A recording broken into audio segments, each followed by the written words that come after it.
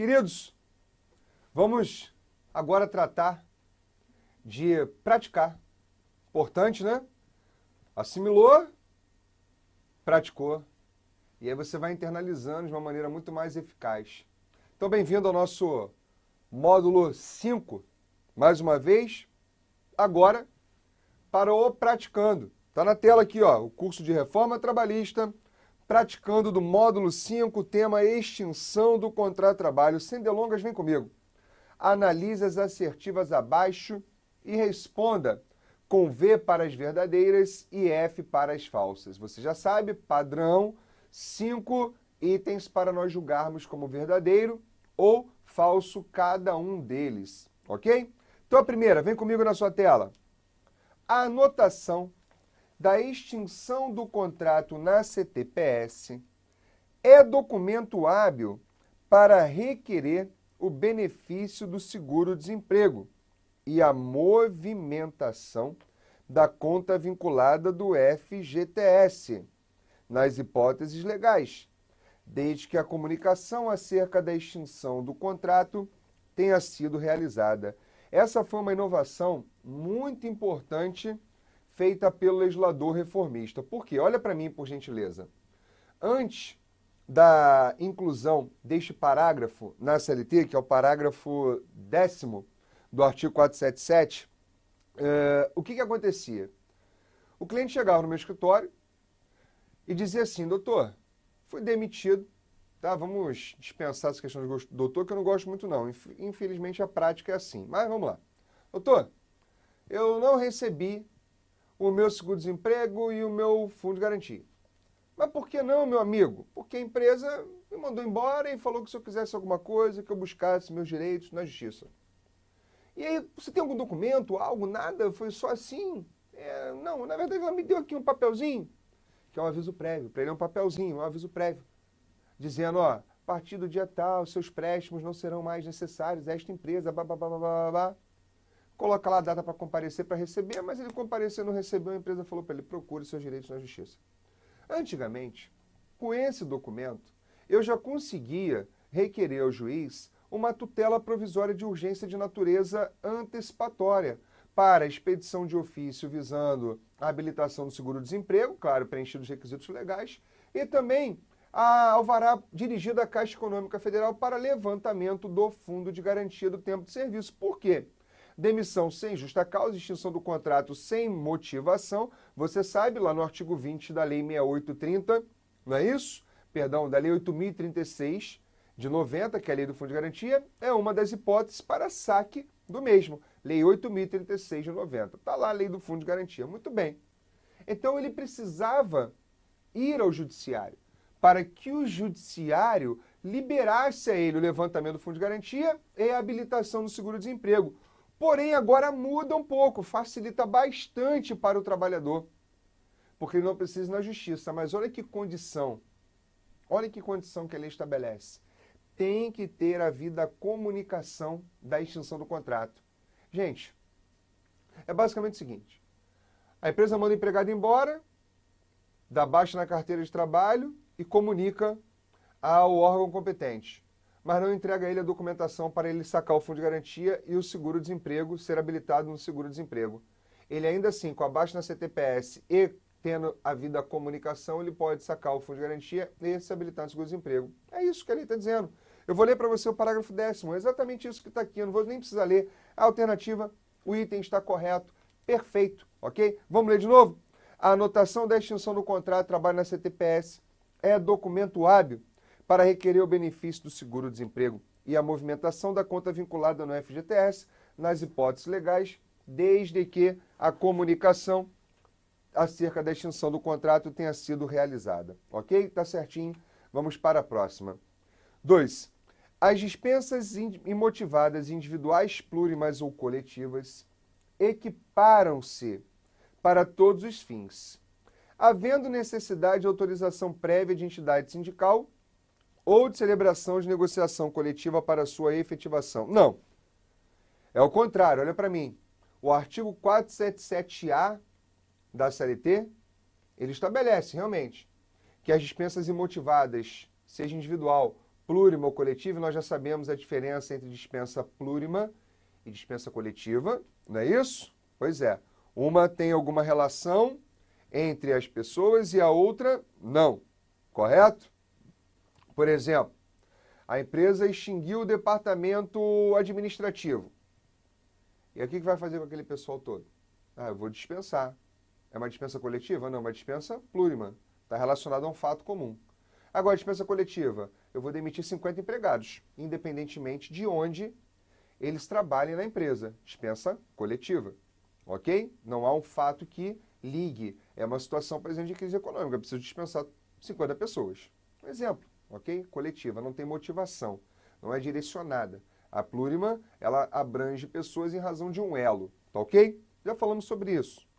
Mas o importante, na verdade, é que não há necessidade de negociação coletiva, não há necessidade de autorização de entidade sindical nenhuma. Então, o item 2 está errado, portanto, falso. Vamos para o 3. Plano de demissão voluntária, olha aí na sua tela. Plano de demissão voluntária ou incentivada, para dispensa individual, plurima ou coletiva, prevista em norma decorrente, preste atenção, prevista em norma decorrente de negociação coletiva, enseja quitação plena e irrevogável dos direitos decorrentes da relação empregatícia, não se admitindo disposição em contrário estipulada pelas partes. Você sabe que o artigo 477b, olha para mim, você sabe que o artigo 477b é que fala da questão dos planos de demissão voluntária, né, o PDV. É ele que trata do assunto, o artigo 477b. E a jurisprudência, inclusive do Supremo Tribunal Federal, há muito, já ratifica entendimentos, e eu me filio a esse ponto de vista, de que se eu estou dando quitação sem qualquer ressalva, depois eu não posso buscar no Poder Judiciário nada que eu não ressalvei. Eu sempre concordei com esse pensamento, entendeu? E hoje, além das decisões do Supremo Tribunal Federal, existe agora a previsão legal, no artigo 477b, que trata exatamente disso.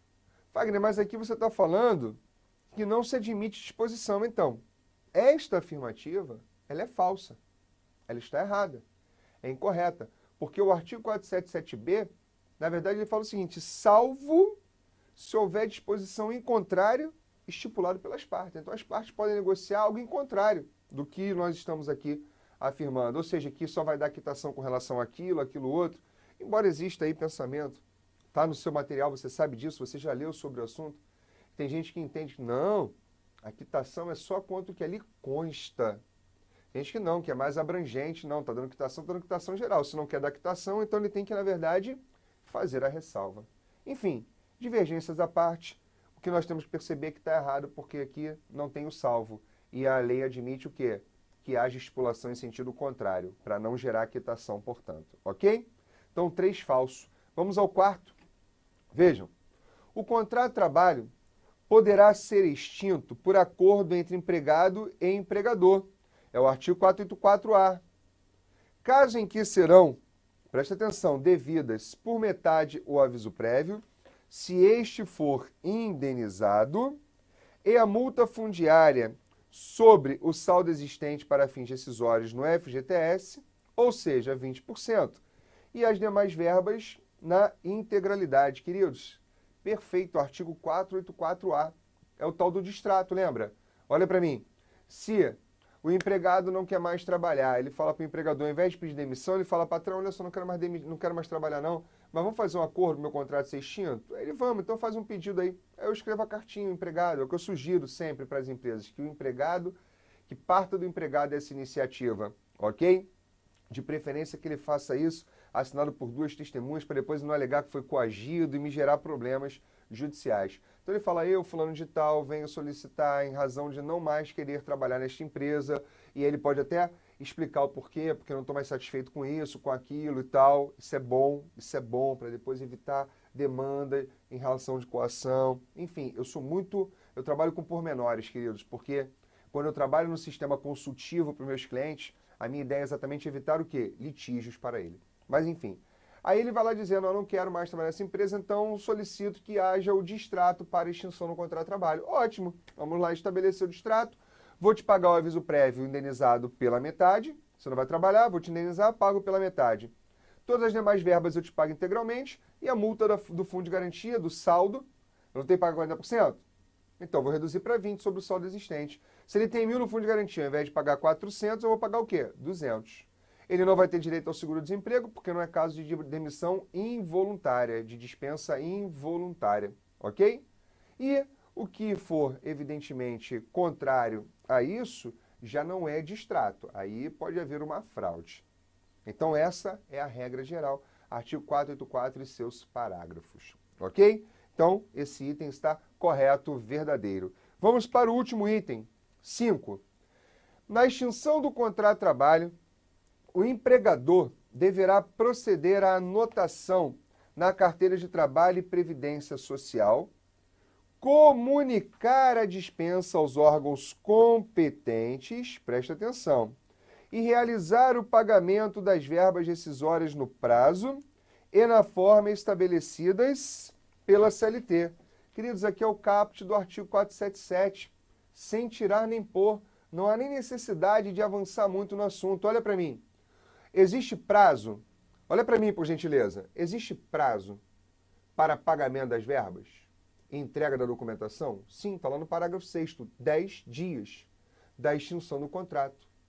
Então, o 477 ele acaba fazendo uma referência, ainda que não explícita, mas implícita para o parágrafo 6º. Olha, eu tenho que entregar para você a documentação, fazer dar baixa na sua CTPS e te pagar no prazo de 10 dias. Se não fizer, eu tenho a multa do parágrafo 8º. Ok? Então está certinho aqui o nosso item de número 5.